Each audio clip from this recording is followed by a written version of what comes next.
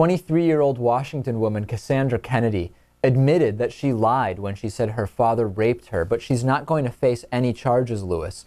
And Kennedy said that she lied because she was disappointed in her father after her parents divorced, said it was guilt that finally compelled her to come forward to police and admit that she lied that her father had raped her when she was 11 in 2001.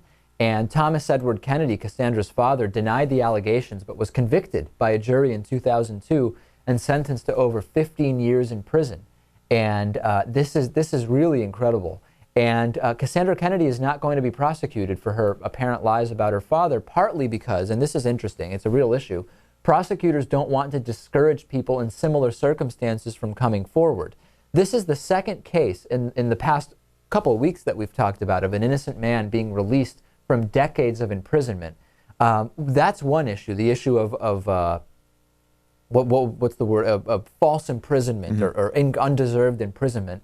But we also have to talk about this issue of not prosecuting her for anything because it could deter other women from reporting their rapes. Not reporting rape is a known significant issue for a combination of factors, including the shame associated with it and the possibility that you won't be believed. So I understand the motivations behind it. At the same time, this woman did look at what she created in the legal system and look at what she created for her father. I don't know where the middle ground is on this.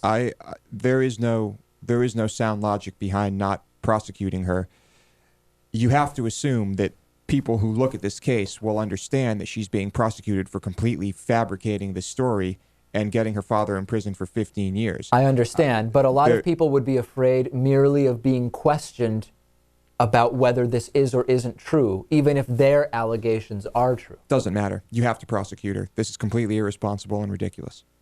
How old was she when she came forward and gave this false testimony? Was she 11 or 12, or was it like a couple of years ago? Well, let's see. He was convicted in 2002, meaning at that time she was 12 years old. Well, see, I think it's different. She was a child, and I don't know if you can really now, prosecute her for obstruction of justice or whatever, given that she was only 11 or 12. I think if it was someone who's over 18, it'd be a little bit different. Okay, that's a fair distinction, I think, to make. Yeah.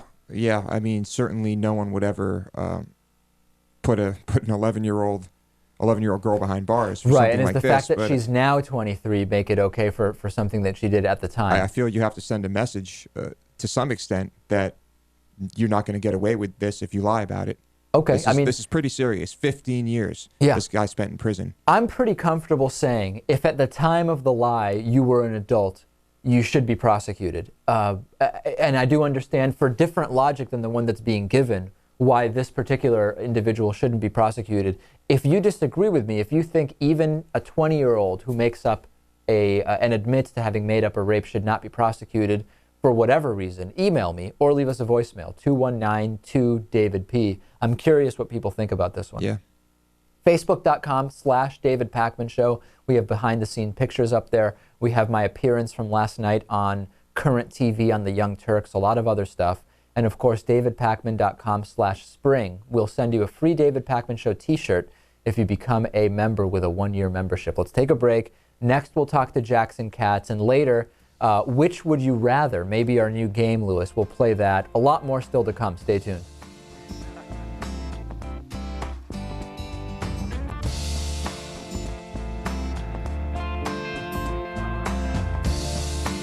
The David Pakman Show at davidpakman.com.